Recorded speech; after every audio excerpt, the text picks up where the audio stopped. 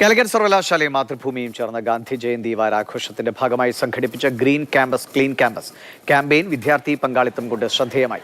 500ഓളം വിദ്യാർത്ഥികളാണ് പരിപാടിയിൽ പങ്കെടുത്തത്. സർവകലാശാലയിലെ NSS വോളണ്ടിയേഴ്സ്, NCC കാഡറ്റ്സ് ക്യാമ്പസിന്റെ 12 ഇടങ്ങളിൽ ശുചീകരണം നടത്തി. University vice chancellor doctor P Raveendran പരിപാടി ഉദ്ഘാടനം ചെയ്തു. സിൻഡിക്കേറ്റ് അംഗം doctor P Rasheed Ahammed, SBI regional manager Sindhu Shankar, Mathrubhumi senior regional manager C Suresh Kumar തുടങ്ങിയവർ പങ്കെടുത്തു. ഒരു സുരക്ഷിത സമൂഹത്തിൻ്റെ ഏറ്റവും പ്രധാനപ്പെട്ട ഒരു ഇൻഡെക്സ് ആണ് എത്രമാത്രം പരിസ്ഥിതി സൗഹൃദമാണ് ആ സമൂഹം എന്നുള്ളത്. അതുപോലെ തന്നെ എത്ര ഹൈജീൻ, ക്ലെൻലിനെസ്, ഇതെല്ലാം വളരെ പ്രധാനപ്പെട്ട കാര്യങ്ങളാണ്.